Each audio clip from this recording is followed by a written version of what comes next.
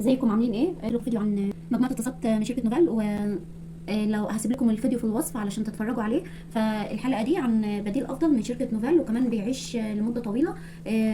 الشركه دي اسمها شركه تروفال الزانوكي، ودي المصري مش الصيني، لان الناس اللي بتشتري اتصالات الصيني بتبوظ معاها من اول استخدام. دي المصري وبيكون محفور عليها كده، تمام. دول بيكونوا جايين مقلاية 24 و 28.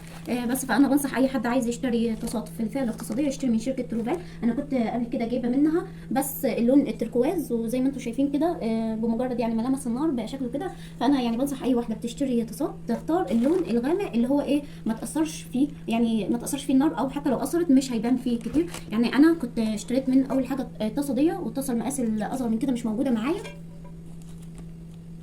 بس فالنوع ده بصراحة جميل جدا، ما بيتخدش، وحتى لو استخدمتي فيه هي اللون البني بس ده المعلم عليها. انا كنت عملت فيها فطير بالسكر وكده، بس هو ما طلعش، بس هو الصراحة كويس خالص وما بتتخدش بسهولة، وبتعيش معاكي فترة طويلة. يعني انا دي المقاس الكبير اللي هو المقاس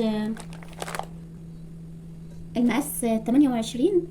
يعني انا شويت عليه فرخه ونص كامله، بس قطعتها الاول وحطيت عليها توابل وشويت فيها فرخه ونص كامله، تمام. بس فانا انصح اي حد عايز يشتري طاسات من الفئه الاقتصاديه يشتري من شركه تروفال، بس يتاكد ان هي المصريه مش الصيني، لان الصيني بيبوظ بسرعه. وكمان يختار الالوان الغامقه اللي هي هتعيش معاه ومش هيبان عليها لو النار علمت فيها.